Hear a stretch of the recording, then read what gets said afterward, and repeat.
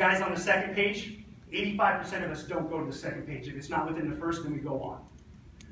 There's a statistic that in regards to search engines, people that are on search engine, the average time spent is 3 to 4 seconds. That's it. That's the same mindset as proposals. If you don't capture their attention right away, they're going to read right past you. Don't think for 1 second that there aren't other competing organizations. There are other competing organizations. SHIP is one of the largest. We have that benefit. But you have to show them the relationship. What's the benefit? And we're going to talk a little bit more about that as well. We're going to talk a little bit about writing. What should be in your proposals? How do you solicit? How do you capture attention? How do you command that type of relationship and start driving that? Now, a relationship, as you all know, everyone's had boyfriend and girlfriends in their time sort of thing. Imagine if the relationship was just in a hypothetical example, he wanted to do everything. And every time you say, hey, let's go to the movies, or hey, I wanted to go eat here, and he kept saying no. It'd be a bad relationship, right? It's the same thing. It's give or take. A lot of times, he's going to have to give a little bit more because that's your sponsor. But if you align that relationship and you understand, then it's going to be successful. If you have a successful relationship, money is a byproduct. Money will come, I promise you. I don't even have to ask a lot of times. I just have to say, hey, we have an opportunity. Think it would be great if you got involved. How much, Gabe? What do you need? That wasn't overnight. I'm not asking for a Ferrari or a Lamborghini, anything for myself. I'm building for the organization. But because they trust me, because they know that I know what their goals are. But because they know that anything I'm going to set them up is for success. That's what's important. You need to know who you'll be soliciting from. Who am I going to reach out to? These corporations are humongous. They're gigantic. We just had the CIO, the highest ranking Hispanic in Facebook, talk last night. Do you think that he's available just to pick up the phone and dial an extension? Do you think it's easy to get hold of him? No. Have you shot an email over to Tim Campos? You think he's, hey, no problem, I remember you, what's going on? Hey, not easy, right? So there's going to be tools and tips that we use that I want to suggest to help you guys out as well. I also want to understand if you guys are doing this kind of solicitation already, what things have you encountered? What are your best practices? What are your challenges? What can I do to help you with those types of challenges as well? Who will be responsible for the writing and follow-up of these proposals? That's very important. I know some of you have strong chapters, maybe you have a lot of numbers, and some of you probably have smaller chapters where you don't have those numbers. I've had instances last year where the chapter was dying out and somebody assumed the position and there was only maybe 3 members. Hey, you know what? That's your team. So you start divvying up responsibilities. And there's going to be checks and balances and there's going to be responsibilities. You are going to have to run this chapter like a business if you want to be successful. And I want you to understand that it's not just your time in the office and that's all you're responsible for. No. You're responsible for passing that baton for the next group of individuals there. And you keep SHIP alive. You keep that burning fire going on. Those are relationships you have. Strategy.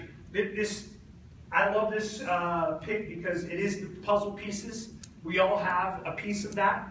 You have an executive board. My board usually consists of the president, vice president, treasurer, historian, and so forth. And then you have members under those boards. But that E-board is responsible for the vision and how we're going to get to where we need to be.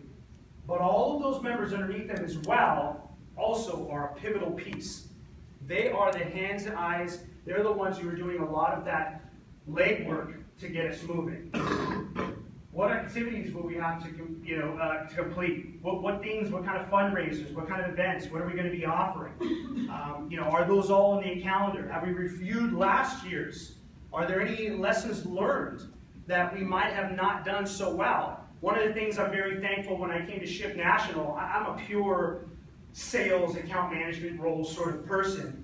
We don't really have lessons learned. But when I got to SHIP, lessons learned means we sit down and what did we do wrong and how can we do better. There's so much vital information in that because what I am is a guy about efficiency and effectiveness. I have the Six Sigma background. I like to utilize that thought process. And I want to make sure that if I can make this experience better for my customer, for my sponsor, you're definitely right, I'm going to do it. And that's going to strengthen the relationship as well. Always get better. We have this saying, it's always under-promise and over-deliver. There's opportunities where a sponsor will come to me and say, hey, Gabe, you know, after we've reviewed the proposal, we love it, but we'd like to add one more thing in. And I tell them, look, you know what, that might be a cost. It might affect what the proposal was. I have to update it. Well, you know, can you see what we can do, sort of thing. I said, yeah, let me see. So I'll run back to my programs and events team, and they'll take a look, and I'll explain to them the situation. They'll say, hey, you know what, Gabe, it doesn't cost us anything. We can throw it in. So then I have that card in my back pocket where I go back to them and say, you know, you're really killing me here. You're twisting my arm, but I'm going to do you a solid. I'm going to help you out, and I'm going to throw that in for free to help you out. They love that because you're looking out for them. They don't know what the cost is. They don't know that it's going to be something that we can do and not a problem. But what you did was you over-delivered. You did a solid for them. They're going to look at you and say, hey, you know what? My best interest is in your hands. You care about what I need. And that is what you want to get across to them. If anything else, that's the most important. And understanding what your fundraising goals are. I think that is huge. If they're realistic, if they're not realistic, you have to understand that. And that goes back to all the planning, what it is that you're trying to do. Don't just have thoughtful sales just to have thoughtful sales. What it is and what the money is going to be utilized is really important for you. Otherwise, you're going to burn people out, you have no mission, you have no direction. Does that make sense? Everybody's got this information? Here's some examples of fundraising I used to do back in the day. Some of them still work. Some of them you guys might have better ideas. You're a smart group of people, smarter than I. So I just wanted to put these in front of you. Food sales. I remember we used to have this every Friday. I'd go to Little Caesars, $5 for a large pizza. There's 12 slices in a pizza. I'd sell them for $1 a piece. That means I made more money than I spent. And I would do this 5 or 6 pizzas. And we wait for lunchtime to come out. People would come out. Thank God the kitchen stuff, their food was no good. People would wait for our pizzas, and they'd pay $1 a slice. And that's an afternoon, maybe it's an hour, but we just raked in $60, $70. That helps. How many of your budgets right now that you know $60 or $70 can make an impact? A lot of people. Are the rest of you guys balling? You have a big budget? You guys need $60 to $70, right? That helps. Every little bit helps. So other things too are job fairs. This is something that's huge for a few reasons. Number one, it gets a sponsor in front of your members. Number two, it's solidifying the goal you all have to get a job. One day it's going to happen. You're going to get out of college, mom and dad, that's enough, you know me, get out. You're done, pay for yourself now. You're going to want to get in front of these individuals. Create these types of events. There's a thing, Monique can testify this as well. Outside of my door, if you ever get a chance to come to Southern California, come see me. Not all of you at once, one at a time. But outside my door, I have a bunch of sayings, just like this. It's covered with Peter Drucker, Jack Welch, Bill Gates. And there's one that Monique shared with me that I loved. And it's basically, in essence, that a customer is going to tell you what they need. And in that need, you're going to find the answer. Instead of shotgunning benefits, and here's what we've got, and this is what we can do for you, just listen. My best sales were just shutting up and listening. And they told everything. People naturally love to talk. Look at me. They love to talk. So if you just listen, they're going to tell you, here's how far we are with our diversity and inclusion. Here's where we fail and we struggle. Here's hopefully what we're looking for to find an organization like yours. And ultimately, here's what we're looking to invest and get to that level. Those are priceless nuggets that if you just grab them and you hold on to them and you act on them, you're going to be so much successful. Versus, hey, I wrote a proposal of a bunch of stuff that I hope to God you're going to use. Maybe you might need this, maybe you're not. And then they look at you like, I don't care about this stuff. This means nothing to me. Or, even worse, you didn't even listen to me. I told you what I needed. So listen to what they're looking for, what they need. Executive sponsorships, I mean, these are great as well. This is when you have an executive come in and speak in front of your members. This is the members now getting exposure to those high-ranking individuals, hopefully Hispanics, such as Tim Campos yesterday. Those are the people that are going to help drive the mission. And why is it so impactful and great when you see someone that looks like you and talks like you? Because it makes you understand that it's possible, it's achievable. The world and the news can tell you, get an education, go look for an internship, get a job, and you too can have the American dream. And we've seen what happens to the economy. We've seen what happens to unemployment. It falters to the wayside. But when we see individuals do it like we do, and that what we want to do, that shows you there's the connection.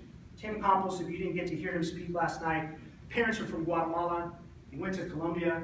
He took himself from nothing to something. He started this in this company when it was a tenth of what it is right now. He's been here for about 5 to 7 years. If we put him in front of other Hispanic students, young, passionate, wanting, thirsty for that, that makes a huge impression, what you say. Wouldn't that be something that's impactful for you folks? Absolutely.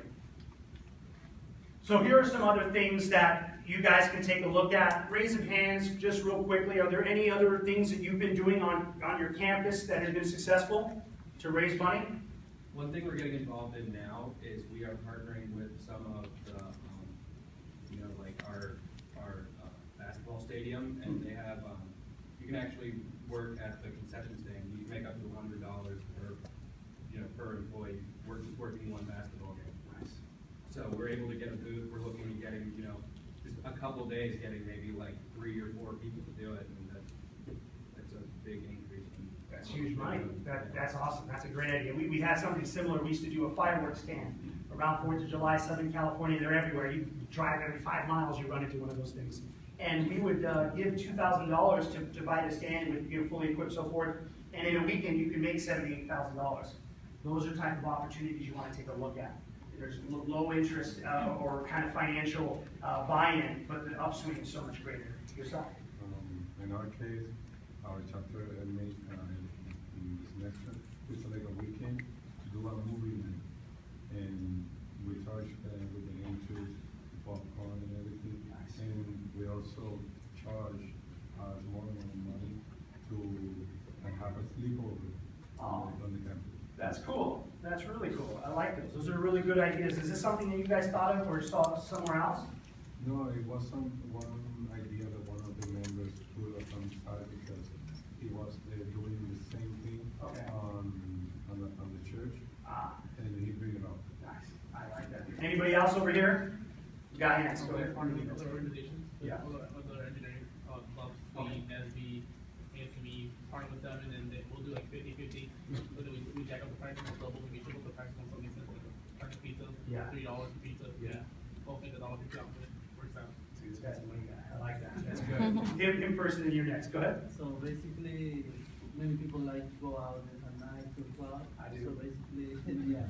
So we do sometimes a salsa day, salsa night actually.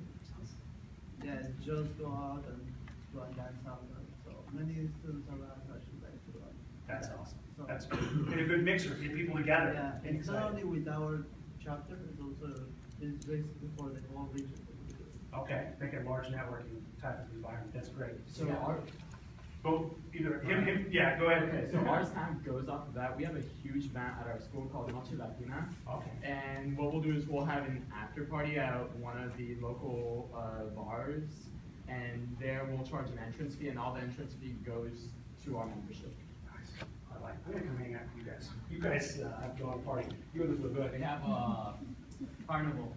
Okay. So we have carnival. We charge people. We give them tickets, and they get to do like pop the balloons with the stick or throw a baseball to cans that are taped with duct tape. So and we have prizes for the people. People get tickets if they get